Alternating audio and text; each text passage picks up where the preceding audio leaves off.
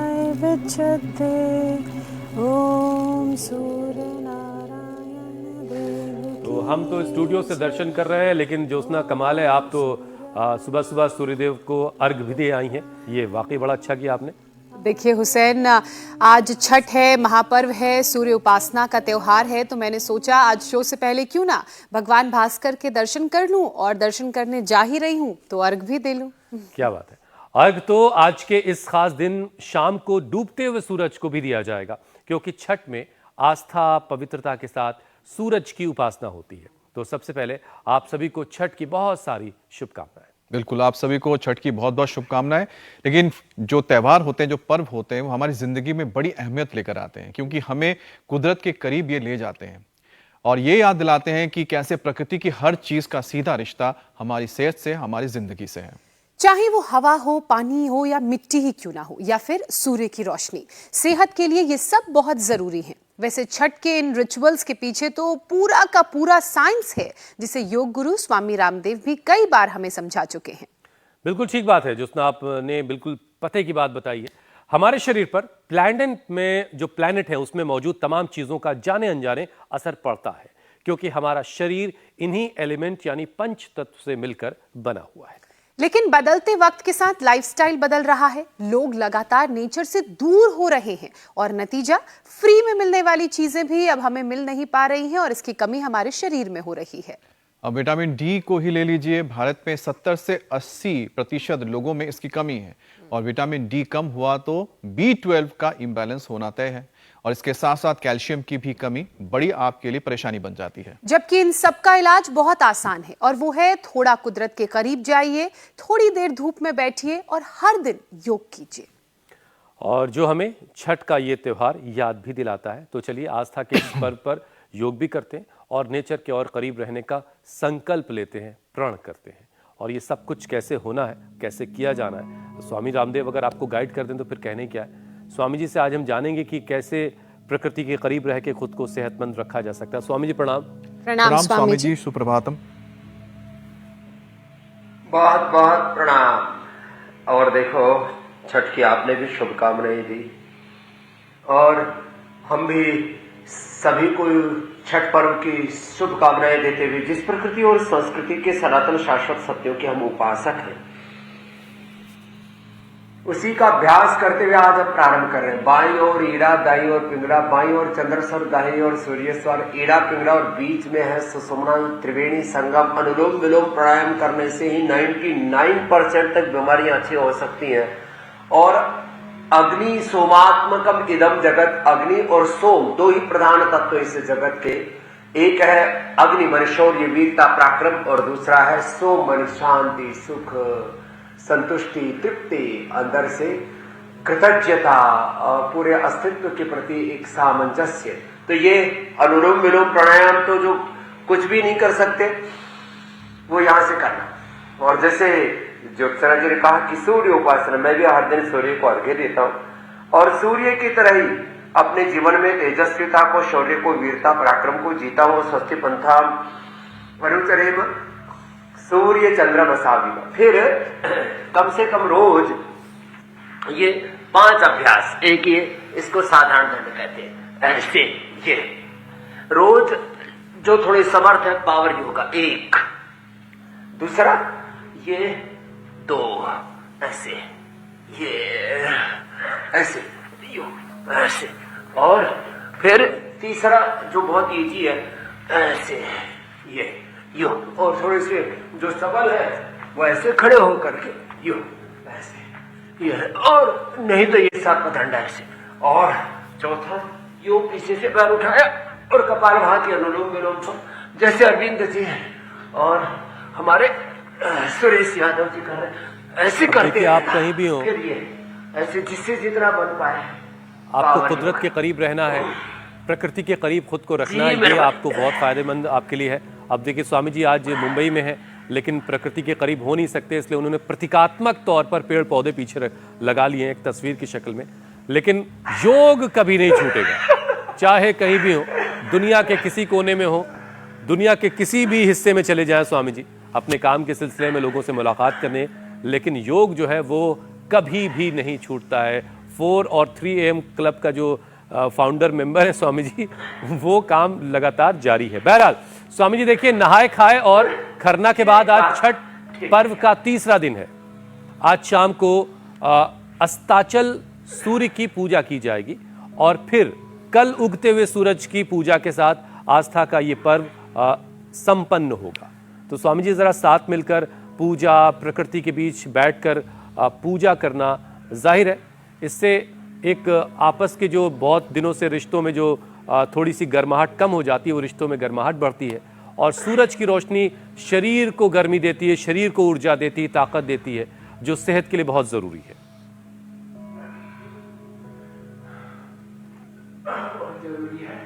और रोज सूर्य नमस्कार भी जरूरी है, इसलिए इसका अभ्यास मैं कर ही दे रहा हूं। ये 10 बार सांस भरते हुए पीछे, सांस छोड़ते हुए आगे, ऐसे।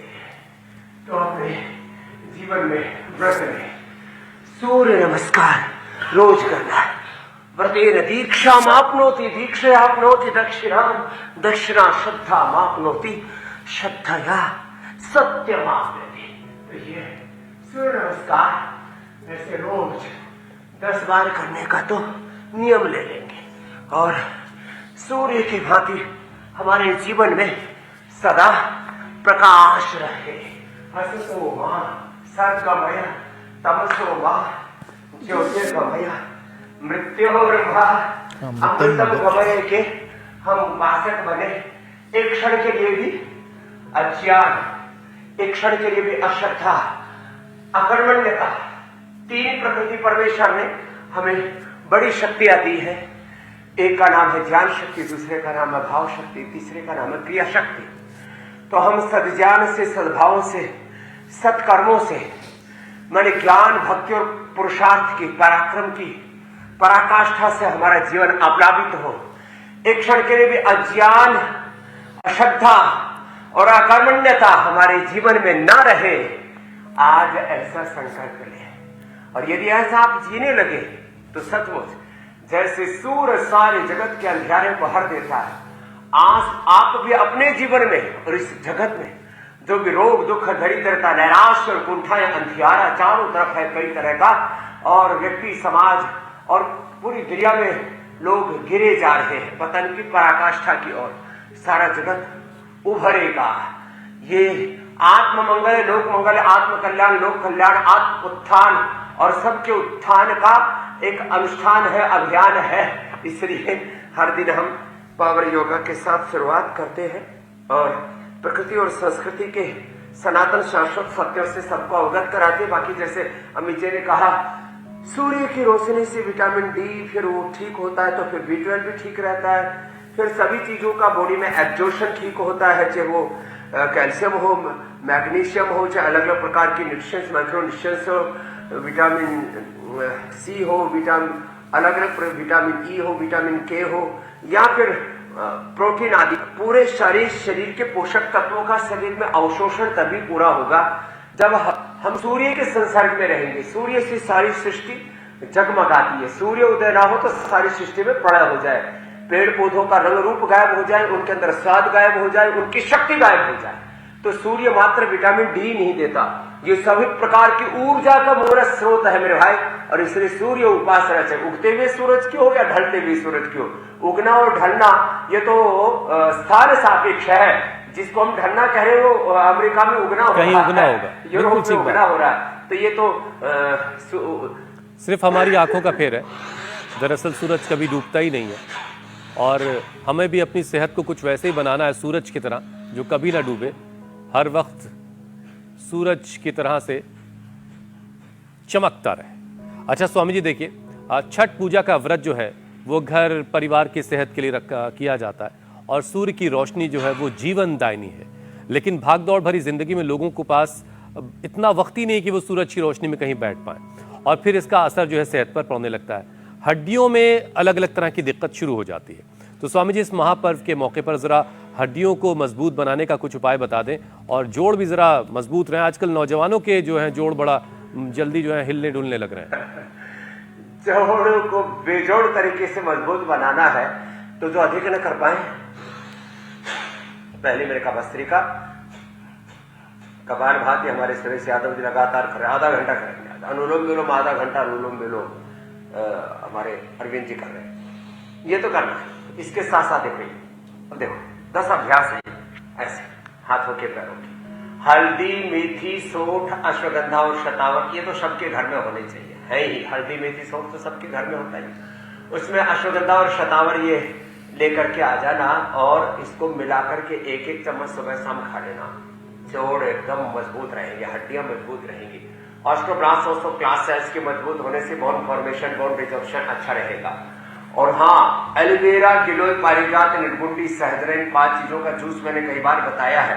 खाली पेट पिनाइल गोल्ड खाने के बाद ऑर्थोग्रिड, ऑर्थोकेयर, और यदि हड्डियों के साथ, यदि शरीर के अंदर सूजन, हड्डियों में दर्द के साथ, तो फिर चंद्रप्रभा या गोक्षरादि गुगुल, और नस नाड़ियों में दर्द आ गया है, नाड़ीगत बात आ गया है, तो त्रयोदशांग गुगुल। सामान्य रूप से हड्डियां कमजोर है जिसको ऑस्टियोपोरोसिस कहते हैं, तो उसमें फिर लाक्षादि गुगल ऐसे, और बहुत पुराना दर्द हो जाता है तो बृहत्वात चिंतामणि 1 महीने में 5 ग्राम, और उसके अंदर थोड़ा प्रवाल पिष्टी, मोती पिष्टी 10-10 ग्राम मिला करके, गिलोय 10 ग्राम मिला करके, और इस सब का 30 पुड़िया बना देते, 1 पुड़िया खाली पेट दे देते। कितना भयंकर वात रोग हो इससे खत्म हो जाता है।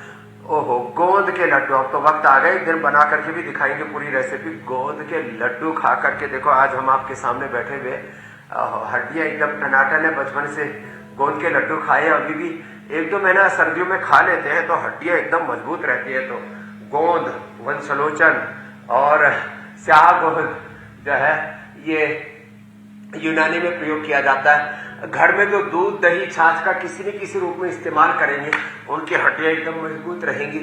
और ये सूक्ष्म व्यायाम जो अभी हम बता रहे हैं, ये ऐसे, ये सारे के सारे जोड़ों के लिए बहुत ही जबरदस्त है। जिनको ज्यादा जोड़ों में दर्द रहता है उनको दही, छाछ, नींबू, बटर, यहाँ तक कि ज्यादा आंवला भी अच्छा नहीं रहता। उपवास इसमें गजब का काम करता है। और गेहूं, चावल, वैसे तो 5 चीजें हम छोड़ने के लिए सदा कहते हैं, सफेद गेहूं, सफेद चावल, सफेद नमक, सफेद जो है ये चीनी, और सफेद ऑयल जो रिफाइंड ऑयल है। इसके जगह मिलेट्स का इस्तेमाल करें, तिल के तेल का इस्तेमाल करें, सरसों के तेल का, कच्ची घानी का जिसको बोला जाता है, और ये अभ्यास करें। तो मिलेट्स का इस्तेमाल करने से हड्डियां मजबूत होगी, आयरन की भी कमी नहीं होगी, सभी तरह के पोषक तत्व मिलेट्स से मिलते हैं। और वैसे भी सर्दियों में मिलेट्स खाने से सर्दी भी नहीं लगती है, तो एक तरह से। और हाँ, जो छठ पूजा पर जिनका विशेष रूप से उपयोग किया जाता है, जैसे जो मूली खाएगा उसको कभी भी हाजमे की और किडनी की और कभी भी स्टोन की प्रॉब्लम नहीं होगी। जो गन्ने का प्रयोग करेगा उसको कभी भी जॉन्डिस की प्रॉब्लम नहीं होगी। जो अमरूद का प्रयोग करेगा उसका पेट सदा अच्छा रहेगा। जो अनार का प्रयोग करेगा, 1 अनार 100 बीमार की कहावत तो सबने सुनी हुई है। तो ये एक तत्व, सिंघाड़ा जो है वो कैल्शियम की कमी को पूर्ति करता है। तो एक तत्व प्रकृति का जो छठ पूजा के अंदर जिसका प्रयोग किया जाता है, वह अपने आप में आंवला है, चाहे वो नींबू है, चाहे मौसमी आदि है, ये सब हमारे विटामिन सी की पूर्ति करते हैं। तो ये प्रकृति और संस्कृति का पर्व है। और आजकल तो स्वामी जी हर तरफ बाहर मूलतः प्रकृति भैया ही है। ये प्रकृति शक्ति है, आद्या शक्ति है, भगवती शक्ति है। बिल्कुल, बाजारों में जबरदस्त रौनक है, तरह तरह के फल, गन्ने के बहुत सारे गन्ने हर तरफ दिखाई दे रहे हैं, बहुत सारे फल हर तरफ दिखाई दे रहे हैं। अच्छी खासी भीड़ है, अच्छी खासी रौनक है बाजारों में। और स्वामी जी ये बिल्कुल सच है कि सूरज की रोशनी अगर ना मिले तो इसका असर जो है बहुत बुरा हमारे शरीर पर पड़ता है, ख़ासतौर से कार्डियक हेल्थ पर भी पड़ता है। ज़रा इसके बारे में समझाइए कि हार्ट को हेल्दी रखने के लिए सूरज की रोशनी की ज़रूरत कैसे है और क्यों है, और इसके लिए कौन कौन से अभ्यास भी करने हैं हार्ट को हेल्दी रखने के लिए, वो भी करवा दीजिए। हार्ट को हेल्दी रखने के लिए एक तो वेट का कंट्रोल होना जरूरी है, और वेट की कंट्रोल करने के लिए स्थित कोणासन, चक्की आसन जरूरी है। दूसरा, हार्ट के लिए आगे झुकना, मंडूकासन। दूसरा ये सर्सकासन। फिर जो कर पाए वो सुप्त वज्रासन, और जो ये न कर पाए, इतना न कर पाए तो कम से कम उष्ट्रासन, ऐसे ये, और एक है ये, फिर देखो गोमुखासन, ये बड़ा जबरदस्त है। तो हार्ट की हेल्थ का सूर्य से ये कनेक्शन है कि जिसके शरीर की प्राण शक्ति, जीवनीय शक्ति जितनी प्रबल होगी उतना ही हार्ट में किसी भी प्रकार का कोई इन्फ्लेमेशन नहीं होगा।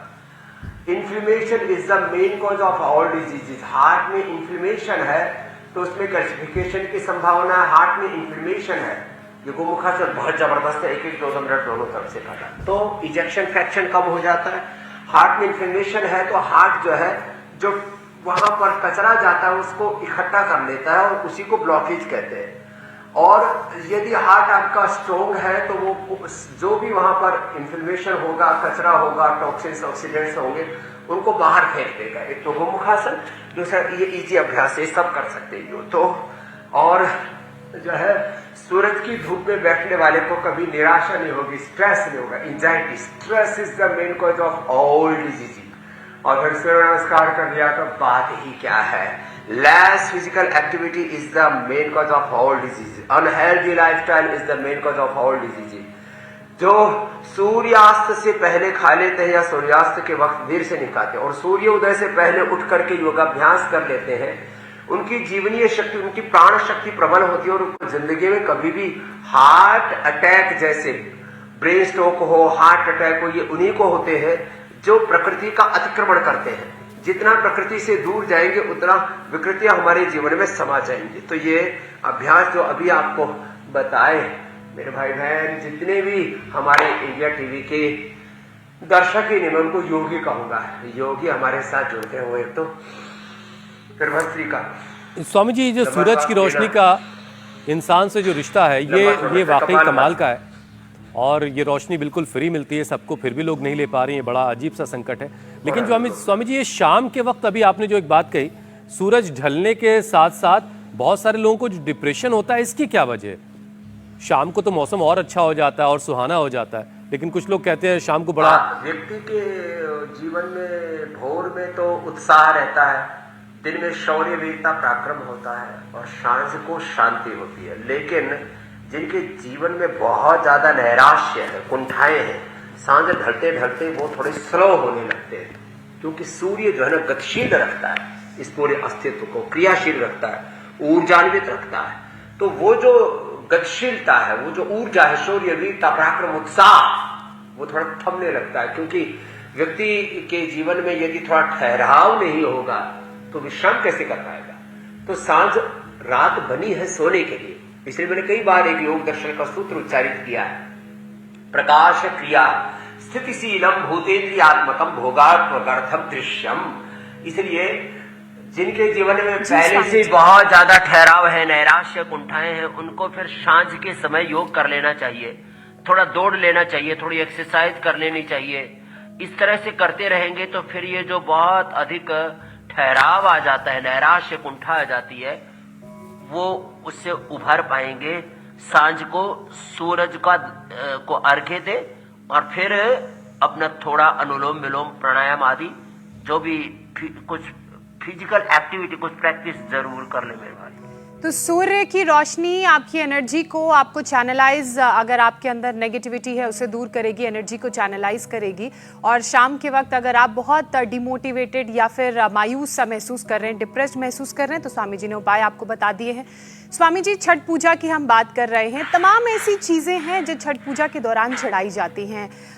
खेतों में अगर आर्सनी की बात की जाए वो मिलती है, सीजनल फल सब्जी अंकुरित, इसके अलावा स्वामी जी साइंटिफिक महत्व बहुत है इन सारी चीज़ों का। तो एक बार फिर से आप ये लोगों को समझाइए कि सेहत के लिए ये सारी सीजनल चीज़ें कैसे और कितनी ज़रूरी हैं और डिमेंशिया को किस हद तक कारगर किया जा सकता है इनकी मदद से। हाँ, ये तो डिमेंशिया, अल्जाइमर, पार्किंसंस और छोटे छोटे बच्चों में जो ऑटिज्म हो रहा है, उसके लिए एक तो सूर्य नमस्कार के साथ साथ में छोटे बच्चों को तो ये शीर्षासन भी कर लेना चाहिए। ये बड़ा गजब का है, ये ऐसे। और हाँ, इसके साथ साथ जो इतना न कर पाए उनको सर्वांगासन, ऐसे ये। और हाँ, इतना भी न कर पाए तो कम से कम ये मरकट आसन, ये तो गजब का है। पैर ऐसे मोड़ करके एक तरफ गर्दन दूसरी तरफ पैर। तो सुबह है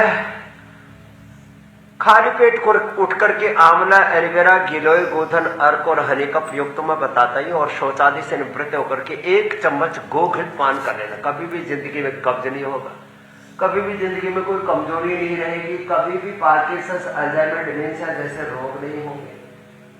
और हाँ, ये जो भी हम शाक, सब्जियां, फल छठ पूजा में जो प्रकृति का प्रतिनिधित्व करते हैं, ऐसे सारे शाक, सब्जियां, फल, जैसे कि हम पहले बता चुके, गन्ने से लेकर के, मूली से लेकर के, सिंघाड़ा से लेकर के, चकोतरा हो, संतरा हो, नींबू हो, आंवला हो, ये सारे जो फलों का एक समुच्चय है, शाक सब्जियों का जो पूरा एक प्रवाह है।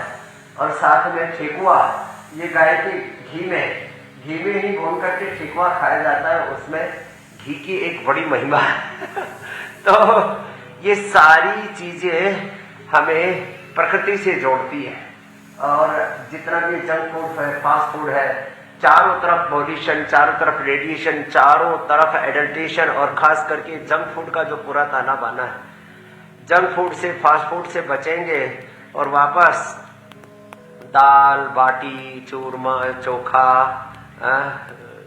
चोखा लिट्टी, ये सब के सब हमें वापस प्रकृति के साथ अलाइनमेंट करते हैं हमारा।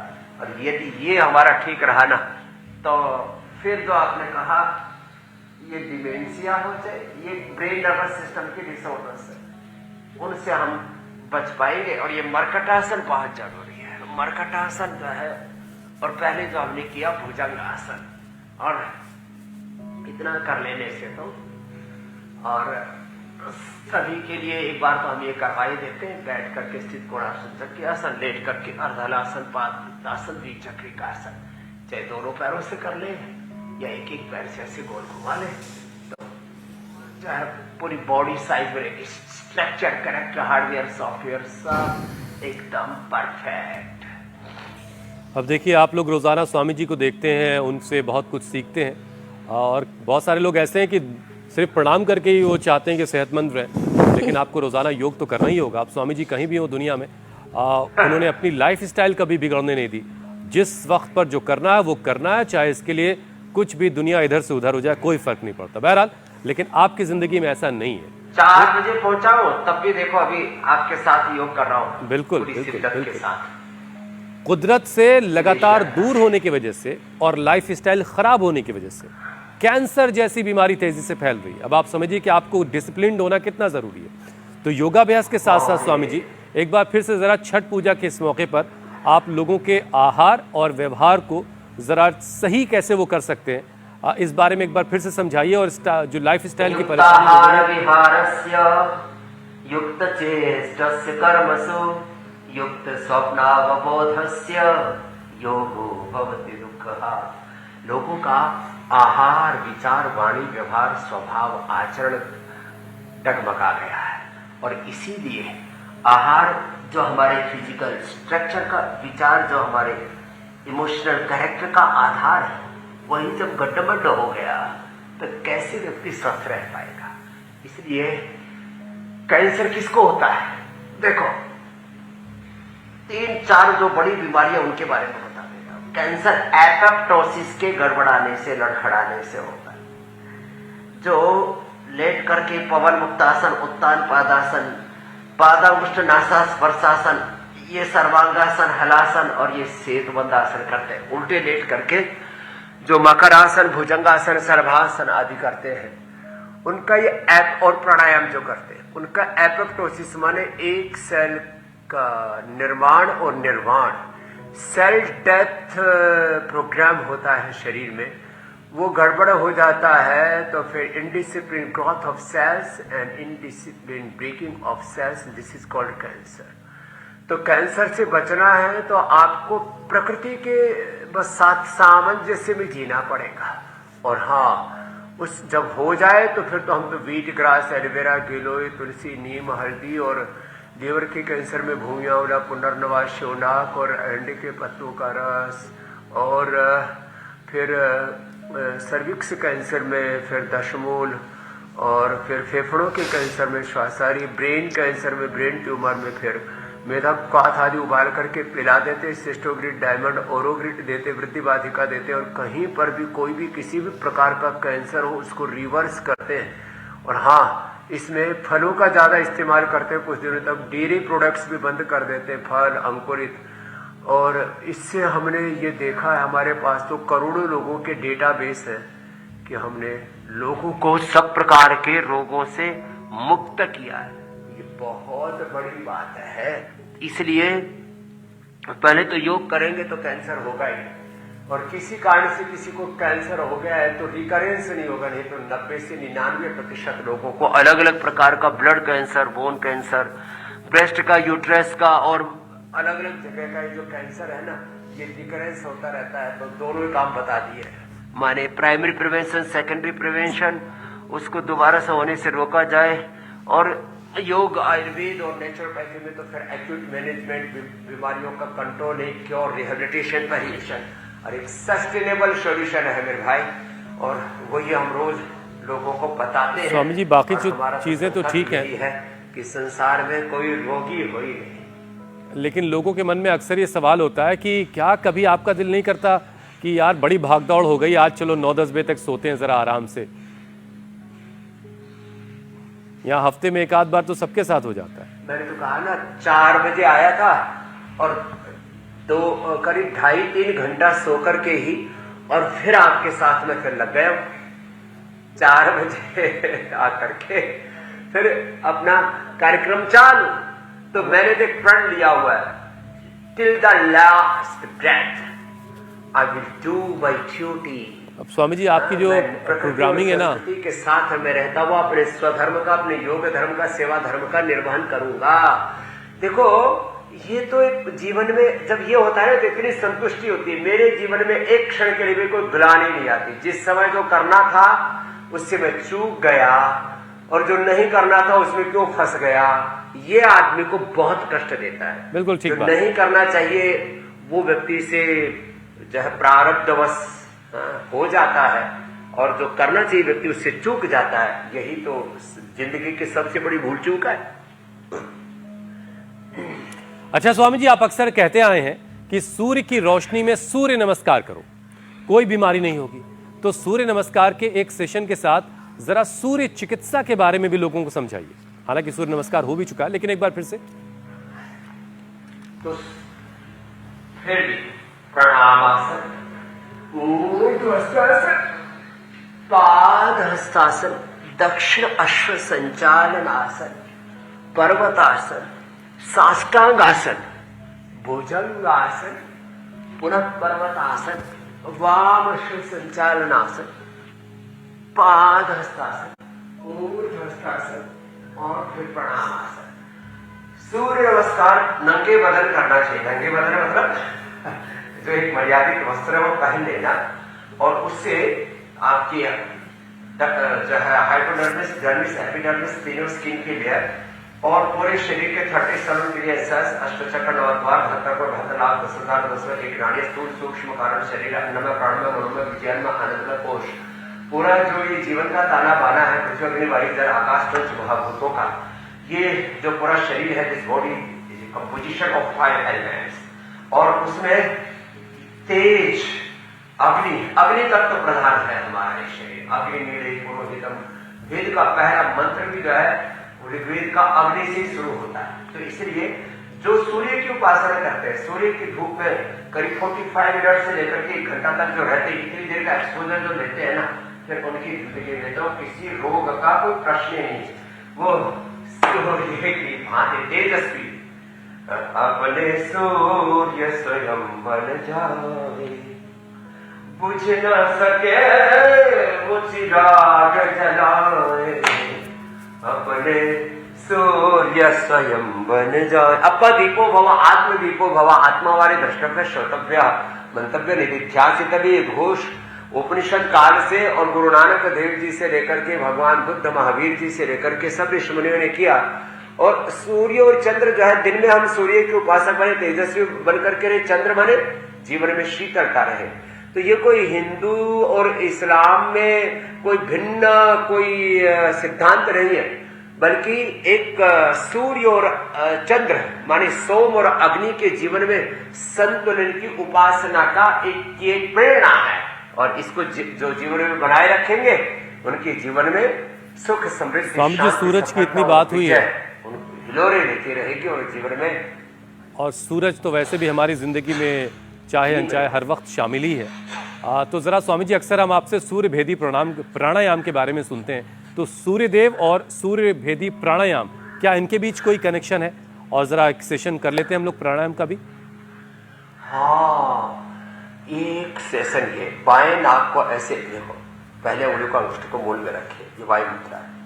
इससे वात का बैलेंस बहुत जरूरी है, तो मैक्सिमम लोगों को वात की प्रॉब्लम होती, इससे नहीं होती। बाएं नाक बंद किया, दाएं से श्वास लिया, दाएं सूर्य सर, जितना लंबा सांस ले 3 से 5 सेकंड ले लें और फिर थोड़ा सा होल्ड कर,